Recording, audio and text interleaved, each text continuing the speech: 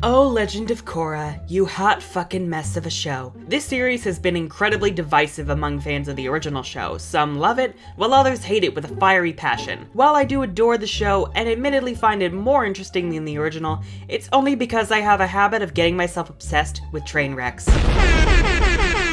But really, this show suffered so many production problems over at Nickelodeon, from being turned from a miniseries to a full-length one out of the blue, to executives wanting to make Korra a guy because I guess girls can't be badasses, to all that fucking bullshit they pulled with books 3 and 4. It's a miracle this show turned out as good as it did. Still, Korra's got a lot of problems, and we're gonna dive headfirst to experience them firsthand. And once we finish reviewing all 4 books, we're gonna do flip the scripts to see what we can do to fix them. Sounds good? Alright, let's do this. Spoilers beware. So right off the bat, we've got our new avatar, Korra, a girl from the Southern Water Tribe. I'm the Avatar! You gotta deal with it! Oh boy, we are in for it. Also her polar bear dog Naga. She's pretty great. Mako and Bolin, who provide as much to the main plot as their pet fire ferret Pabu, who I care much more about than those 2 dunderheads. Though Bolin's pretty okay. Asami, who's basically volumes 4 and 5 Weiss, with just a hint of Batman, and high-key my favorite character in the show. Her father Hiroshi, who's totally not a bad guy.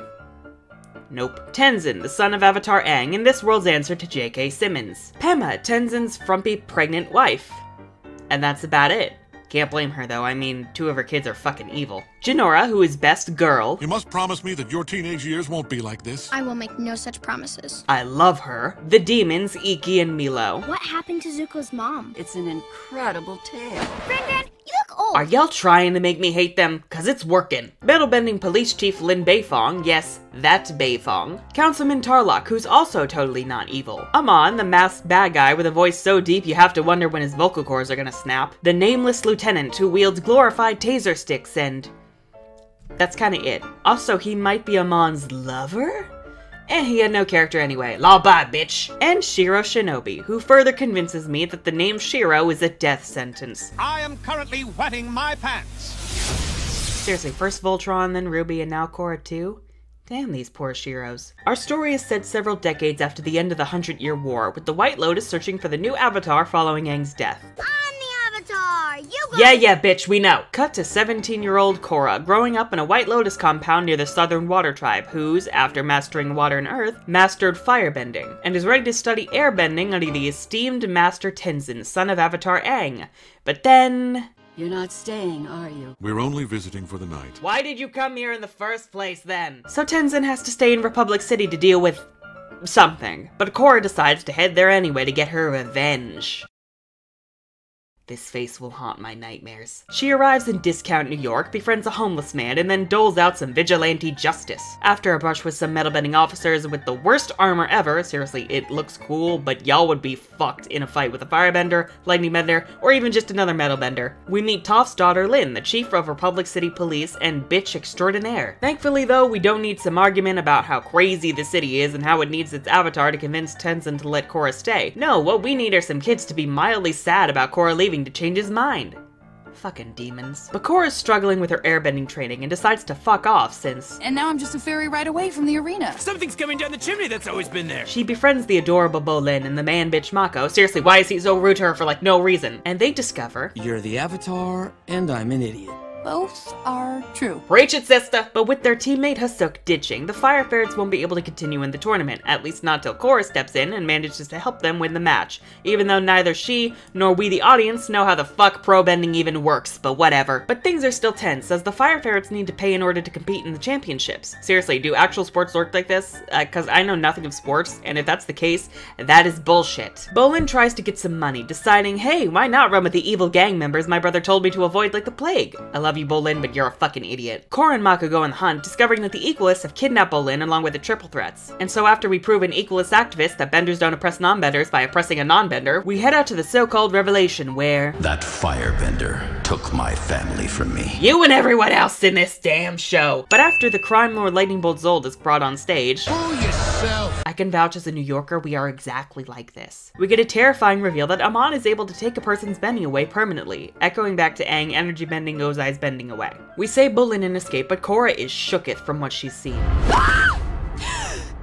I am shooketh. Councilman Tarlok, the dick nose he is, pressures Korra into joining his special anti-equalist task force, eventually prompting Korra to challenge him on head-on to take him down. Of course, because Mako and Bolin care about Korra so much, they decide not to tell her to not go to a duel where she's likely to be tortured and murdered, and she heads off to Aang Memorial Island. There, she's attacked, and Amon decides to leave Korra terrified, promising to destroy her down the line. Tenzin arrive after the Equalists escape, and Korra lets herself cry, acknowledging that the Equalists are indeed a much bigger threat than she once thought. Good thing we've got Chapter 5 to pretend that they don't exist. Fucking great. Anyway, we meet Asami, she hits Mako on her moped, cementing her for sure as my favorite character. And she somehow falls for Mako. Her father Hiroshi, the CEO of Future Industries, graciously offers to sponsor the Fire Ferrets, meaning we're set for the tournament. We have some more matchups I give no fucks for. We encounter Tano, the head of the Wolf Bats. Especially you, Avatar. Are they taking shots of the Shyamalan movie? And Korra confesses her love to Mako, only for Mako to be jealous about Korra hanging with Bolin, and then Mako and Korra kiss and Bolin gets sad drunk on goat food and oh my god, fuck Chapter 5! Anyway, once all that bullshit's out of the way, we head into the championship, only for the Equalists to take the Wolfbat's bending and for Amon to make another fucking speech. Seriously guys, what made you think metal uniforms could help you against fucking tasers? Amon escapes, the arena is destroyed, and Republic City is left shooketh.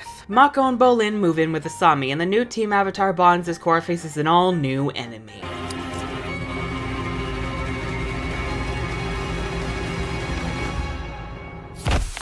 She died. But Korra overhears Hiroshi talking about the Equalist plans, and after some digging, we find a secret factory beneath the Sato estate, along with some new Equalist weapons. Excuse me, are we destroying the tyrannical bending establishment, or are we going deep-sea scuba diving in Malaysia? Hiroshi and the Equalists ambush Korra, Tenzin, and the Metal Benders, but thanks to Asami's quick thinking, the named characters escape. Rip the extras. Lin decides to strike out on her own and take down Amon. But I'm gonna do it my way. Outside the law. Weren't you the one who criticized Korra in Chapter 1 for fighting outside the law? So Mako, Bolin, and Asami move to Air Temple Island, but Tarlok is becoming even more bold. Not that the council plans on stopping him. Given that it's a stupid-ass decision, I've elected to ignore it. After arresting a large number of non-benders, he arrests Mako, Bolin, and Asami. And when Korra moves to confront him later in his office, Tarlok loses it and attacks. Korra defends herself, but then... oh shit, oh shit, oh shit, oh shit! So in terrifying exorcist fashion, Tarlok takes Korra to his conveniently located cabin in the damn woods in the damn mountains because apparently there's an agency specialized in renting these cabins to bad guys whenever they need to dump off their kidnappees. Tarlok returns to the city with a fake story. That's when the Equalists attacked. It doesn't have the same ring as then the Fire Nation attacked, does it? The team goes to find Korra only to realize... he has Korra. He fooled us all. Wow, way to make assumptions, Tenzin. You know what they say, you're making an ass out of you and the writers who didn't really give us a reason to suspect Tarlok up to this point. While all of this is going on, Korra flashes back through Aang's experiences to the trial of Yakone, a powerful crime boss who was able to bloodbend without a full moon, just like Tarlok. Here we see Aang and Toph and Sokka, oh my god, my heart! So Yakone tries to escape. Avatar state. Yip yip, motherfucker. Korra puts 2 and 2 together to conclude that Tarlok is the son of Yakone. Amon shows up and is somehow resistant to Tarlok's bloodbending. He takes Tarlok's bending, but before he can capture Korra, she thinks on her feet and escapes. I thought I told you not to underestimate her. You know what, fuck you, man. Naga comes across Korra and takes her back to the city, right in time to regroup with everybody else. But all is not well as the Equalists take over the city, and of course... the baby's coming! Oh, what the fuck? Luckily, she has little baby Rohan, and then we never care about him again. You know, maybe we should have just not made him a thing in the plot at all. Team Avatar and Tenzin's fam escape, but Lin sacrifices herself to help the latter, losing her bending in the process. General, I have no character because I'm just a useless twat of a Dante Bosco cameo of the United Forces shows up to help, only to get his ass handed to him. What a friggin' waste. The team splits up. Bolin, Asami, and General Useless McGee head to stop the airship fleet and take down Hiroshi, while Korra and Mako set to take Amon down once and for all, bitch. They head to Air Temple Island to plan an ambush where they find Tarlok being kept in the attic with all the other useless, forgotten trash. And it's here we learn... I'm Amon's brother. I know this was meant to be taken seriously, but... oh my fucking god, I can't take this seriously. I feel like I'm in a soap opera. So, turns out Amon's true name is Noatok, and he and Tarlok were born to Yakone after he fled to the Northern Water Tribe. There they were trained to bloodbend, with Noatok becoming colder and colder to survive his father. Eventually, Noatok ran away, leaving Tarlok and their family destroyed. That's one of the saddest stories I've ever heard. Wow, Korra, you sound like you care oh so much. Seriously, what's the saddest story you've ever fucking heard? Besides the Notebook. Do we know how Noatok became Amon? Or how he learned to take people's bending running away? Of course we don't, but who cares, we got a season to end. So Korra and Mako decide to head to the rally at the arena and expose Noatak as the fake he is. Okay guys, I like the plan, but what makes you think Noatak will willingly waterbend? He obviously needs a fake scar to prove his story when he takes off the mask around coworkers. What, you really think he just wears the fucking mask at all times? This ain't the boiling rock. Our team of expert saboteurs head to the airbase, and of course instead of tossing a rock through the fence to check for traps, they just walk in and get knocked the fuck out like morons. But it's okay, cause again, the animals come to the rescue. This seems to be a recurring theme. Wait, how did they get past the... Fuck it, I give up. So Bulin and Asami fuck shit up and take down Hiroshi while Iroh takes out the fleet all by his damn self.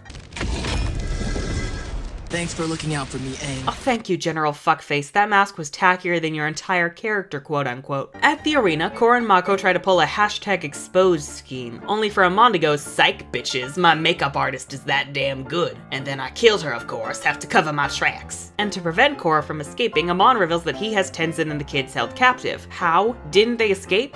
You know what, fuck it, I don't care. You can have the two younger brats, just leave Tenzin and Jinora alone, please. They escape, but are split up. Amon reveals himself as a bloodbender and even kills his nameless lieutenant and possible lover. I dedicated my life to you. You never know, that stash was pretty gay. Amon takes Korra's bending, then readies to take Mako's. Luckily, through the power of romantic bullshit, Korra somehow learns airbending via punching and knocks Amon out a friggin' window. The makeup washes off, because of course it does, and Noatak ends up revealing himself as a waterbender because of course he does. He then escapes after Mako firebends into him instead of lightning bending because of course he does, and the people are automatically accepting of benders again because of course they are! Noatak picks up Tarlok and they take a boat away from Republic City to start a new life. Of course, that's until...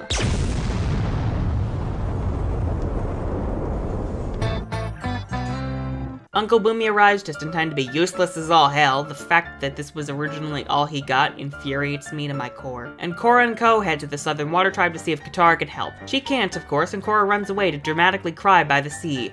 And that's when... Not now, Tenzin. But you called me here. I give up. So Korra gets her bending back, she and Mako making me want to tear out my eyes, smooch, and Korra restores everyone's bending. Bam, that's the end. Fuck these last 5 minutes. Oh my god, who wrote this? How was this given the green light? My god, this is how the show was originally gonna end. Who thought this was okay?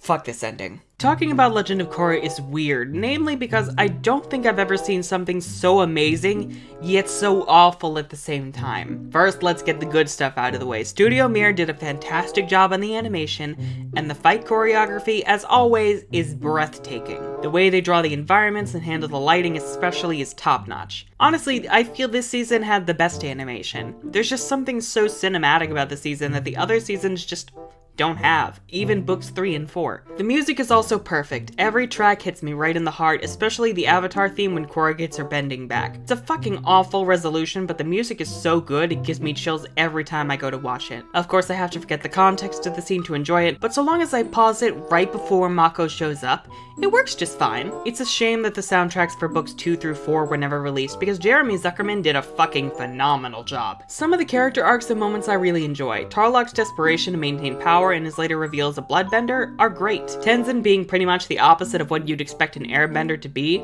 a hothead and a heartbreaker, make him so interesting, along with him being a flawed mentor, which I definitely appreciate the show for going with. Not to mention episodes like The Voice in the Night and When Extremes Meet, quotes like when we hit our lowest point we're open to the greatest change, those feel like they're of the quality you'd expect from a sequel series to Avatar The Last Airbender. But then you get shit like General Fuckface the glorified cameo, the underdeveloped backstory of Amon and his lacking motivations, and his unexplained powers, the one-off characters who never offer anything to the story, the main characters who offer nothing to the story, the fucking love triangle, and especially the rushed ending. God, what a mixed bag. Let's start with what I feel is the core problem. God damn it, Korra herself. Now let me say, knowing what I know of her character from the entire series, I love her. But she really makes it tough for me to root for her in book 1. Right from the introduction of... Yes, you little fucking brat, I heard you the first time. See, that's the problem. Right from the get-go, I don't empathize with her. I don't have a solid grip on who she is or what she wants or what her flaws are. Now, in my flip the script, of course, I'll be going into more detail on why she puts so much value into her bending and how much she wants to see the world, but with what we've got, I just don't care about her like I feel I'm meant to. It also doesn't help that the Equalists don't really pose a threat to her until episode 3, 4-ish. It's not like Aang where he had to deal with the Fire Nation from the very first episode. The Equalists aren't really a presence in Korra's mind until the revelation, which is a huge injustice. As for Bolin and Mako, why are they here? No, seriously, they contribute almost nothing to the plot. I love Bolin. He's an adorable little marshmallow, but even then I can't really defend his role in this show, especially on the main team. Mako is just a friggin' bitch for no goddamn reason. Yes, his parents died, but he goes out of his way to antagonize Korra when they first meet. He antagonizes Asami when she rightfully calls him out for kissing Korra. He's just not the kind of guy I want to root for. And speaking of the love triangle bullshit, who thought this was a good idea? The thing with romance is that it's supposed to help develop the characters involved and contribute to their arcs and storylines. That's how it worked with Aang and Katara. They didn't have petty drama going on every 5 seconds, and it added to each of their characters. But this romance doesn't really do much for Korra's character, and Mako doesn't even have much of a character to work with. As for Asami, she deserves so much better. She's pretty much only here to add to the love triangle bullshit, as well as to have another trite backstory. Seriously, how many people have had their parents murdered by firebenders? Stereotyping much? I feel Asami could have been the voice that the non-bending movement needed. Show that there are real problems non-benders are faced with that have given rise to Amon's radical movement. Trust me, we'll get there later. It doesn't help that the first half of the season is mostly pro-bending and love triangle bullshit. I mean, hell, Chapter 4, arguably the best episode of the entire season, is immediately followed up by the worst episode of the Avatar franchise. I'm not even joking, it took all my strength not to skip Chapter 5. It's as if the Equalists have been completely forgotten, and it's all dedicated to more love triangle bullshit. If Chapter 5 was scrapped, literally nothing would have changed. Nothing. I love the little moments of Korra and Bolin being best buds. I like Bolin being a sad drunk, and I love Korra scaring the shit out of Tano, but none of that makes up for how awful this episode is. Also, when the fuck did Korra start liking Mako? They hated each other, and then all of a sudden, a switch flips, and then she's like, oh, but I love him truly. What? Where did this come from? Why? He's a piece of shit! Then there's the whole Equalist movement. Where do you even start? I find it funny that both this show and RWBY suffer from telling us about discrimination and prejudice without showing it. We never see the actual problems non-benders face. Things like jobs being given to benders over non-benders, even if the non-bender is qualified, non-benders being segregated either by law or by socioeconomics into worse neighborhoods, non-benders being specifically targeted by criminal outfits. We need things like that to give Amon's Equalists a reason to be as radical as they are. I'm surprised there wasn't a sort of Equalist party working on behalf of non-benders. Hell, have Asami be part of it. Have her fight for equality between benders and non-benders, working against Amon's radical approach. And then there's the issue that Tenzin and Tarlok are the only members of the council that actually matter. I'd be fine if the others had their own philosophies aligning more with Tarlok and the fear towards the Equalist movement, but they're basically just additional props who never speak or make their goals clear. Worst council ever. As for Noah Talk, his backstory along with Tarlok's is great. I think we could have had more mentions of Yakone to build him up before the flashback, but it ties well into both of our villains. The problem is that Tarlok is the better villain since his motivations and goals make sense. Noah Talk, on the other hand, has no clear reason for hating bending and wanting to purge the world of it, let alone how in the hell he became Amon in the first place. Not to mention, how the fuck does bloodbending help you take someone's bending away? How? You could argue it blocks the chi pass in the body, and that'd be interesting to see, but some kind of explanation would be nice. And my god, the last 5 minutes, just... ugh. Thing is, it's a miracle this season, and the series overall, turned out as good as it did considering it was riddled with a shit ton of production problems. Hell, book 1 was supposed to be a mini-series, and then it had to be turned into a full series of 24-minute episodes with just 2 writers. Bryke did their best, but my god, it shows in this ending how rushed this had to be. The resolution is weak. Korra cries and just immediately gets her bending back. She's learned nothing. She has not changed. Again, I love the chills I get from her going to the Avatar state. I love that music, and I love Aang's quote, but the rest just fall flat. It is straight up awful. It's a literal Deus Ex Machina. You know what would have been great? Having Korra forced to deal with only being able to airbend and doing the Avatar's duties regardless. Show her growing up, learning to airbend as best she can and protecting the world despite what she's lost. I'll go more in depth on how I'd fix that ending in the season overall in my Flip the Script videos once all the Korra reviews are done, but My god, I have so many notes. So all in all, Book 1 of Legend of Korra is a hot mess. At times, it's amazing, and at other times, it makes me want to gouge my eyes out. But at the end of the day, those last 5 minutes are the worst thing in the entire Avatar franchise. Besides the Shyamalan abomination, of course. Still, it was enjoyable, but I'm happy knowing the books 3 and 4 are a considerable step up. Now I just gotta wade through Book 2 to get there. Spirits give me strength. And now it's time for our traditional funny moments section, because as much of a hot mess the show is, it damn well knows how to make me laugh so much I nearly forgot how to breathe. And all I had to my name was an idea. The Satomobile. The CGI technology isn't really all there yet, but we're trying. You don't know, that is not a toilet! And this is why I'm never having kids. Our armor is impervious to their attacks. But not immune to glorified tasers, lightning bending, metal bending, nor fire bending. Get the fuck out. We both had different goals in life. Why am I even telling you this? Me talking to people at midnight. Me with this love triangle. Not my cabbage corp! It's just not as satisfying. I'm the worst Avatar ever. I know a lot of people would agree, but come on guys, Korra literally sat on his ass till his lover got killed by a spirit, while Roku just sat on his ass and let a war happen. Priorities. I'm gonna step out in case you two want to talk. Again, me with this fucking love triangle. I like Korra. Oh, yes you do.